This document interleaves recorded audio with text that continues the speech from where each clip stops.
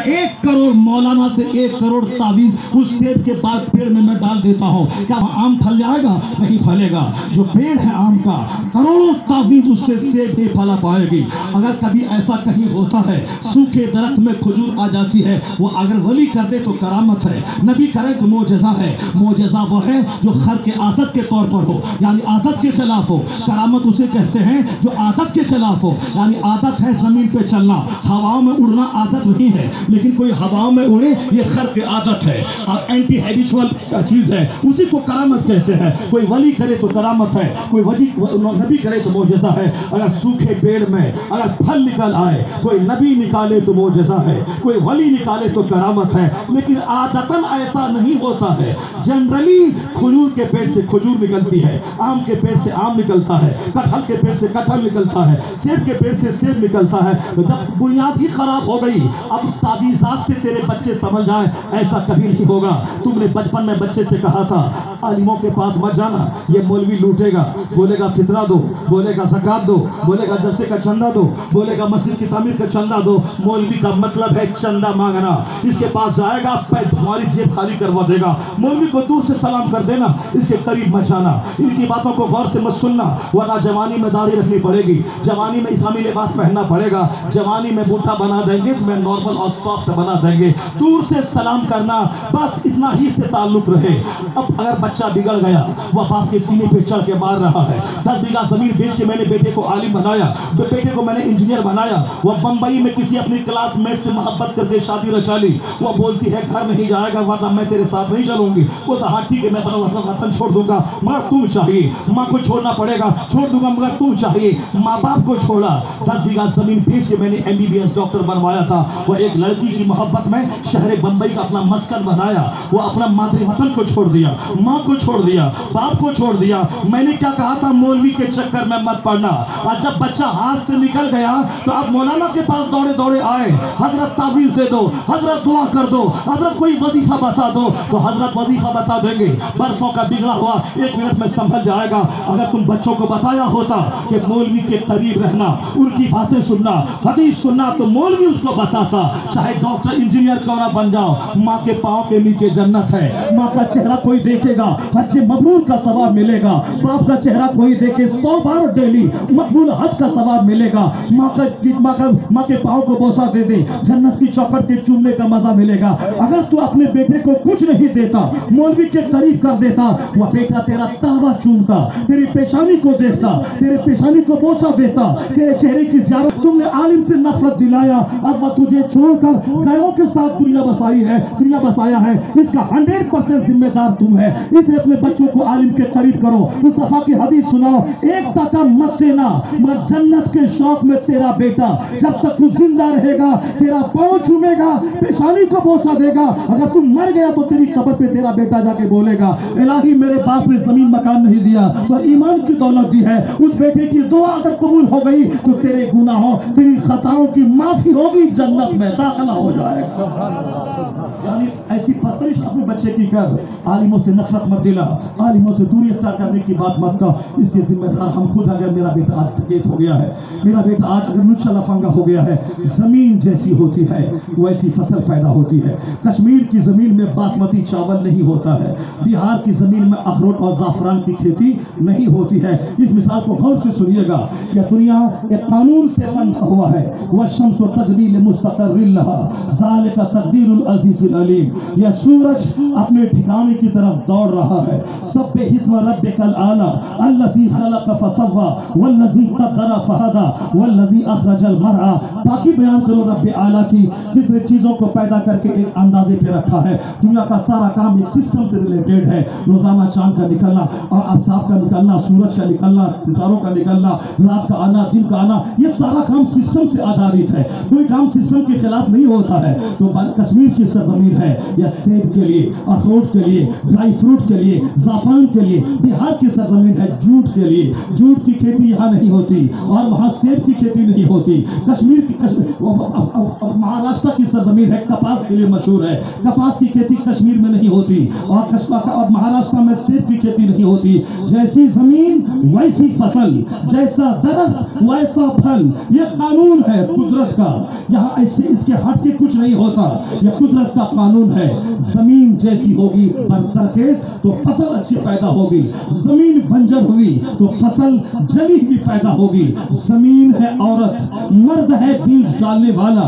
اگر زمین اجڑی ہوئی ملی، اگر فاحشہ ہو، زمین بے حیا ہو، زمین شادی سے پہلے دوسروں کی گود میں جھولنے والی ہو، 2010 مردوں سے آنکھ ملانے والی ہو، پڑھنے کے زمانے میں اپنے ہاتھ کو غیروں سے ملانے والی ہو، یعنی جن کی خواہشات کا غلط رخ ہو گیا ہو، یعنی جو اپنی جوانی کو اجاڑ چکی ہو، جو جوانی کے دنوں کو انہوں نے گنوا چکی ہو دوسروں کی گود میں جھول کر، اگر زمین بنجر ہوئی کبھی اس کا بچہ ابدال نہ ہوگا، ولی نہ ہوگا، فرمانبردار نہ ہوگا، قطب نہ ہوگا، چونکہ قانون ہے جب ماں ہو فاطمہ جیسی اور باپ ہو علی جیسا تو بیٹا شہیدوں کا سردار حسن اور حسین پیدا ہوتا ہے۔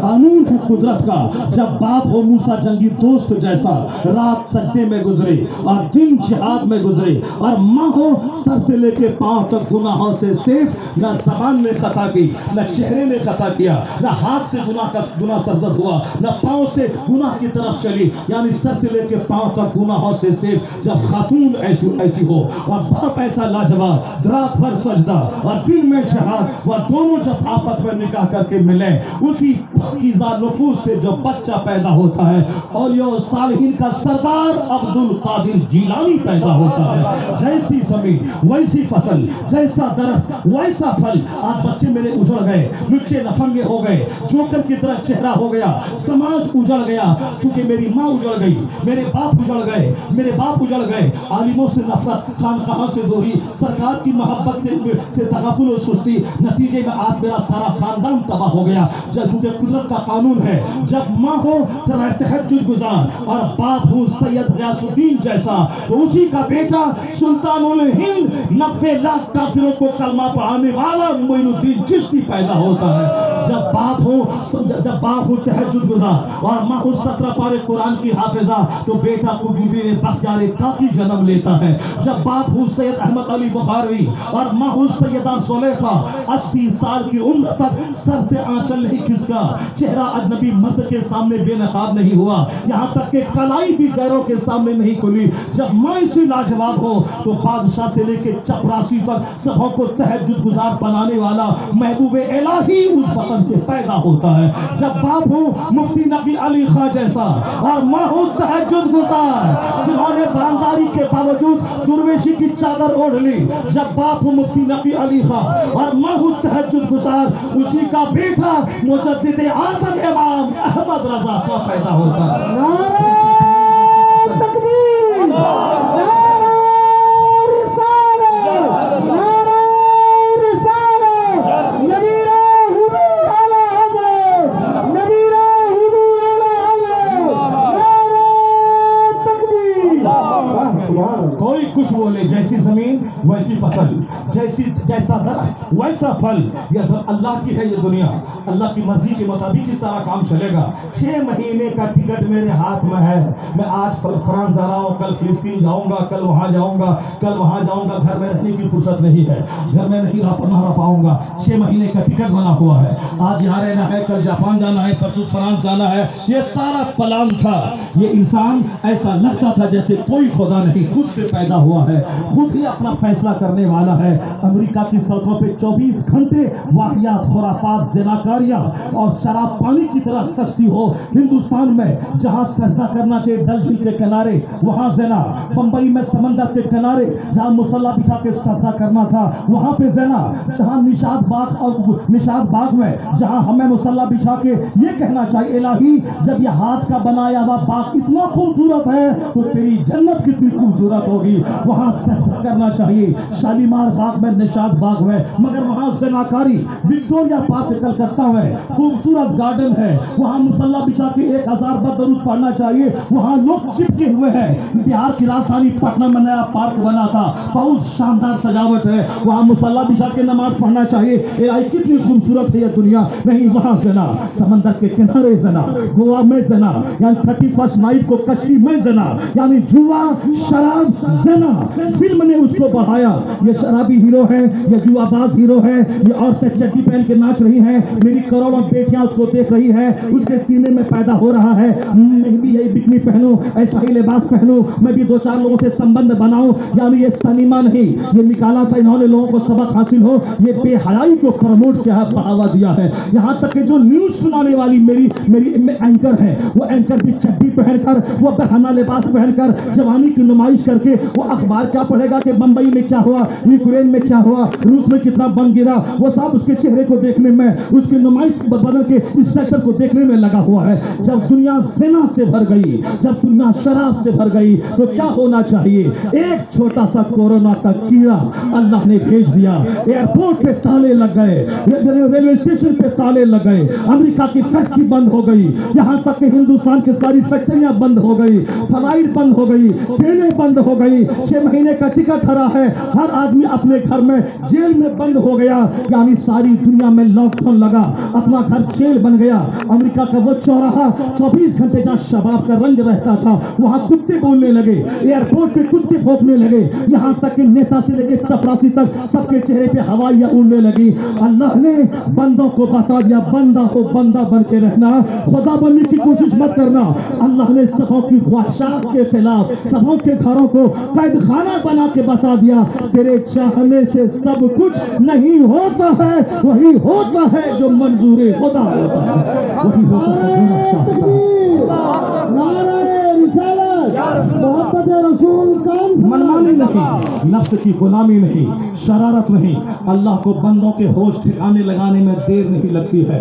हिंदुस्तान की आधी दौलत आर्मी पे खर्च होती है, पाकिस्तान की आधी दौलत आर्मी पे खर्च होती है। क्यों? सुरक्षा पे, सिक्योरिटी पे, सेफ्टी पे, यानी मेरे मुल्क पे कोई दूसरा हमला न करे। चाइना जापान की आधी दौलत सेफ्टी पे खर्च होती है ताकि कोई दूसरा आंख न दिखलाए। ठीक है, होना भी चाहिए। मेरा मुल्क हिंदुस्तान है, अगर आंख दिखाए कोई श्रीलंका, उसकी आंख फाड़ डालेंगे, आंख दिखाए कोई बांग्लादेश वाला, उसकी आंख निकाल लेंगे। ये मेरा मुल्क हिंदुस्तान है, हमें यहाँ के जर्रे जर्रे से प्यार है, हमें हक हासिल है। हमारे मुल्क की आधी दौलत सिक्योरिटी पे खर्च हो, सेफ्टी पे खर्च हो। वही हाल जापान का है, वही चाइना का है, वही अमेरिका का है, वही पाकिस्तान का है, वही सारे ममालिक का है। यह दुनिया के 200 से ज्यादा ममालिक की महंगी फौज, कीमती फौज, ताकतवर फौज। एक रूहानी बात बोल रहा हूँ, औलिया सालिहीन की बात बोल रहा हूँ, जो एक राहे मारिफत की बात बोल रहा हूँ। मुझे पॉलिटिक्स से कोई मतलब नहीं है, मैं हिंदुस्तानी हूँ, हिंदुस्तान में रहूंगा, यही अल्लाह ने चाहा तो मरूंगा। वैसे तमन्ना है कि मदीना में मरूं, सरकार के कदमों में बकी शरीफ में दफन हो जाऊं। अगर वहां नहीं मरा तो भारती में मरूंगा, भारती में दफन रहूंगा, यहीं रहूंगा, यहीं रहूंगा, यहीं ऊपर रहूंगा, नीचे रहूंगा। वह लोग अपनी खैर मनाए जो यहाँ मरते हैं, जला के नदी में डाले गए, सीधे पाकिस्तान पहुंच जाते हैं। वो लोग अपनी खैर मनाए, मैं तो यही रहता हूँ। हमारी करोड़ों दरगाहें, लाखों आस्थाने हैं, वहाँ के औलिया सालिह यही रहते हैं। हम हिंदुस्तानी हैं, मोहब्बत है मदीने से, पर एक मुल्क होने के नाते हमारे मुल्क के सर्रे सर्रे से प्यार है। मैं जो कहना चाहता हूँ गौर से सुनिएगा, ये बंदा दौलत कमा के खुदा से मुकाबला करना चाहता है, कहता कौन खुदा कैसा खुदा, कौन खुदा कैसा खुदा। नहीं, अब भी नहीं संभलेगा ये बंदा। दुनिया के 200 से ज्यादा ममालिक की फौज, दुनिया की आधी दौलत उस आर्मी पे खर्च होती है, लेकिन एक छोटा सा कीड़ा, उसके सामने अमेरिका की फौज बेबस हो गई। एक छोटा सा कोरोना का कीड़ा हिंदुस्तान की फौज हाथ खड़ी कर दिया, चाइना जापान की फौज ने हाथ खड़ी कर दी। जापान के लोग कहते चाइना अटैक करे तो मैं नाको चने चबा दो, पाकिस्तान बोलता हिंदुस्तान अटैक करे तो फिर मैं उसकी औकात याद दिला दो, हिंदुस्तान बोलता पाकिस्तान अटैक करे मैं उसकी औकात याद दिला दो, अगर चाइना बोलता है हिंदुस्तान अटैक करे मैं उसकी औकात याद दिला दो। यहाँ दुनिया भर की सारी आर्मी मौजूद है, एक छोटा सा कीड़ा सारी आर्मी को बेबस बना दिया।